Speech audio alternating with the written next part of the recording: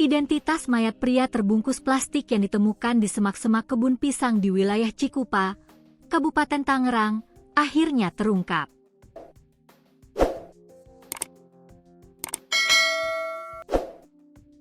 Kapolresta Tangerang Kombes Andi Muhammad Indra Waspada Aminullah mengatakan, korban merupakan pemuda berusia 21 tahun bernama Danuarta Saputra.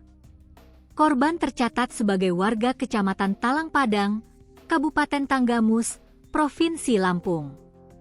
Jenazah korban telah dibawa dan diterima oleh pihak keluarga untuk dimakamkan di daerah asalnya, kata Indra, Kamis, 20 November 2025. Indra mengungkapkan, sebagian tubuh korban sudah membusuk dan terdapat sejumlah luka yang diduga akibat tindak kekerasan. Berdasarkan hasil pemeriksaan luar tim forensik, ditemukan luka terbuka pada leher sisi kanan yang mengarah pada dugaan kekerasan senjata tajam. Selain itu, terdapat luka memar pada lengan atas kanan dan bibir. Namun kepastiannya masih menunggu pemeriksaan lanjutan melalui uji histopatologi. Saat kematian diperkirakan terjadi 3 hingga 5 hari sebelum pemeriksaan dilakukan, ujar Indra. Indra mengungkapkan, penemuan jasad korban bermula ketika warga mencium aroma menyengat dari area kebun pisang.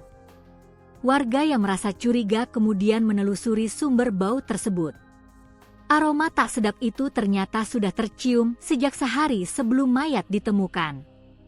Berdasarkan keterangan warga, bau busuk sudah tercium sejak Senin. Karena semakin menyengat, warga mencari sumber aroma itu, kata Indra. Pencarian warga kemudian mengarah pada sebuah kantong plastik hitam di sela semak-semak.